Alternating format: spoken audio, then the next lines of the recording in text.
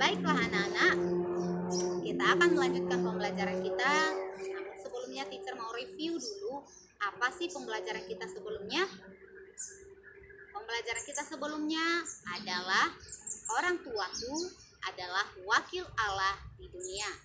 Sekali lagi, orang tuaku adalah wakil Allah di dunia. Pasti anak-anak sudah mengingatnya ya, pembelajaran sebelumnya apa sih tugas orang tua untuk anak-anaknya ya. Kita boleh lihat ya, masih ingat ya, ulangan 6 ya. Pada ulangan 6 ayat 1, ayat 4 sampai 9 ya. Di situ mengajarkan bahwa orang tua membesarkan anak, mendidik anak, membimbing anak-anak, dan mengajarkan anak-anak untuk belajar sesuai dengan firman Tuhan ya. Kemudian tugas anak sebagai kita menghormati orang tua supaya apa? Supaya kita berbahagia dan umur panjang di bumi. Nah, anak-anak masih ingat ayat hafalan kita minggu lalu? Ya, pada minggu lalu ayat hafalan kita pada Efesus 6 ayat 1. Ada yang tahu? Iya, benar. Efesus 6 ayat 1 adalah, hai anak-anak, taatilah orang tuamu di dalam Tuhan, karena haruslah demikian. Baiklah anak-anak, kita akan melanjutkan pembelajaran kita yang kedua, orang-orang yang aku hargai. Nah, sebelum kita tahu siapa sih orang-orang yang harus kita hargai, kita mau mendengarkan cerita tentang keluarga Nuh. Nah, Bapak Nuh ini adalah seorang petani anggur. Dia memiliki 3 anak, ya, anak laki-laki yang bernama, ada yang tahu? Iya, yang bernama Sem, Ham, dan Yafet. Sekali lagi teacher sampaikan, namanya adalah Sem, Ham, dan Yafet. Mereka ini adalah anak-anak yang taat kepada orang tuanya. Nah, anak-anak, sekarang kita harus tahu dulu siapakah yang dimaksud dengan orang tua.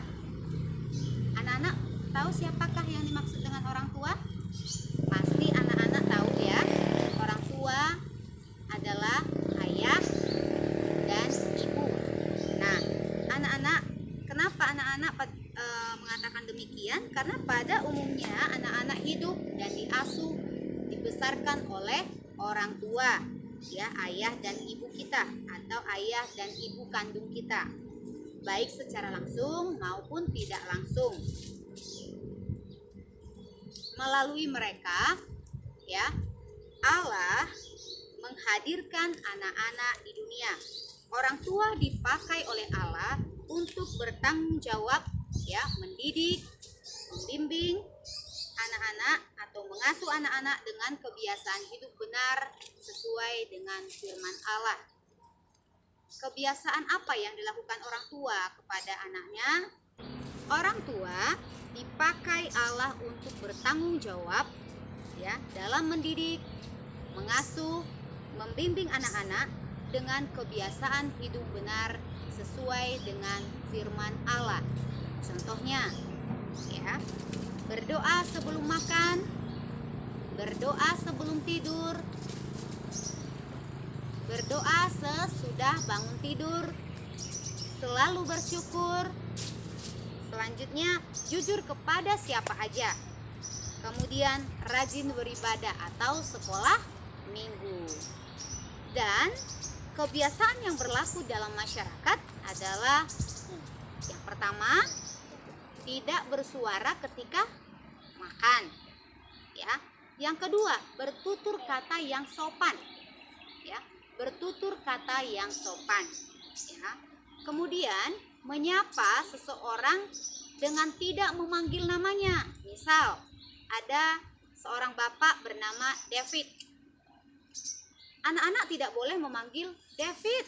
Nah, itu tidak boleh, harus memanggil Bapak David. Atau ada seorang ibu bernama Sani.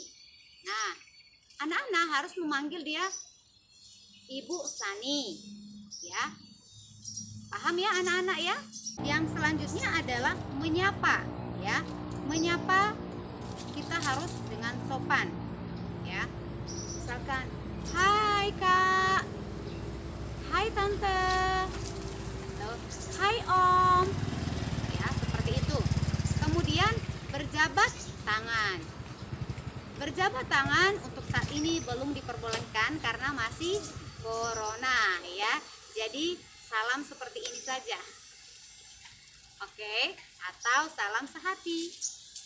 Nah, selanjutnya adalah mengucapkan permisi. Biasanya misalkan ada di sini duduk ya orang tua, misalkan duduk orang tua di sebelah sini, kamu mau lewat nih, kamu harus membungkukkan badan dan mengatakan permisi ya, permisi tante ya, atau permisi bu, om. Nah, harus membungkukkan badan, itu namanya kita sopan ya, sopan kepada orang yang lebih tua. Nah, orang tua mempersiapkan anak-anaknya menjadi penerus yang bertanggung jawab atas kehidupannya ya, atau mandiri. Anak-anak boleh buka pada Amsal 22 ayat 6. Amsal 22, anak-anak ambil Alkitabnya. Buka Amsal 22 ya, ayat 6. Anak-anak sudah menemukan? Ya, kita baca sama-sama ya nak ya. Kita baca sama-sama ya, hitungan ketiga. 1, 2, 3. Didiklah orang muda menurut jalan yang patut baginya, maka pada masa tuanya pun ia tidak akan menyimpang daripada jalan itu. Amin. Ya. Anak-anak harus memiliki rasa hormat dan patuh kepada orang tua, sebab kepada merekalah kita bergantung, berlindung untuk merasa nyaman. Kepada siapa anak-anak menaruh hormat? Ya, kita menaruh hormat kepada orang tua kita. Ya, orang tua adalah orang yang lebih tua atau orang yang dituakan. Nah, secara langsung atau tidak, orang tua memengaruhi sikap perilaku anak-anaknya.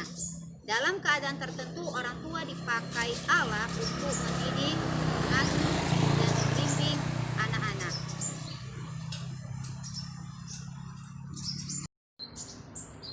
Selanjutnya, kita akan mempelajari kepada siapa sih anak-anak menaruh hormat.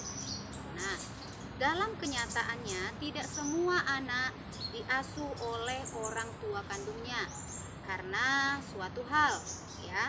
Ada juga diantaranya diasuh oleh kakak, diasuh oleh nenek, diasuh oleh tante, diasuh oleh paman, atau bahkan dititipkan di panti asuhan.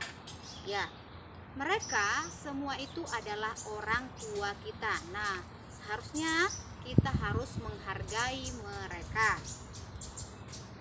Ya. Dalam pengertian lain adalah orang tua adalah orang yang lebih tua atau orang yang dituakan.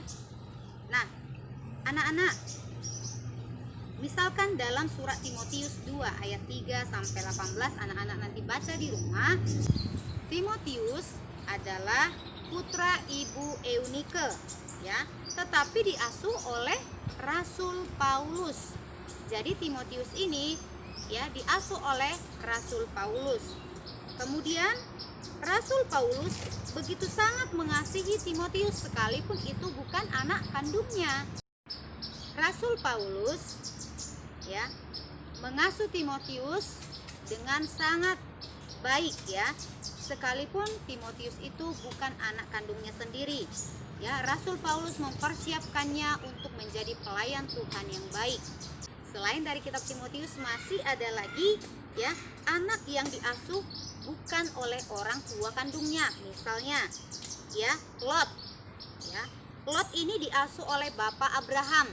Nanti anak-anak boleh baca kitab sucinya pada Kejadian 12 ayat 4 sampai 6.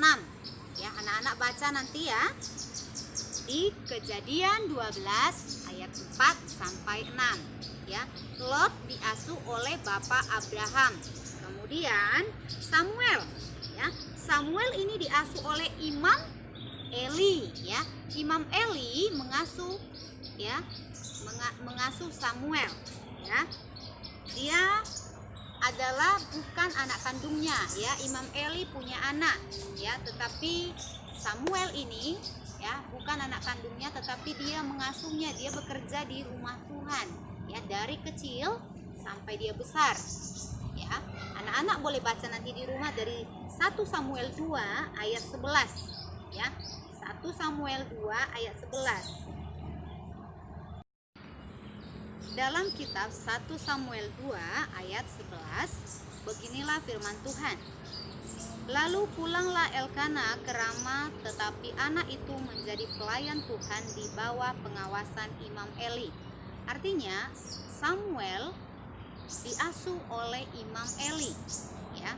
Sekalipun Imam Eli memiliki 2 anak laki-laki namanya Hofni dan Pinehas, anak kandungnya sendiri, dan juga mengasuh Samuel ya. Sekalipun Samuel bukan anak kandungnya, tetapi dia mengasihi Samuel ya.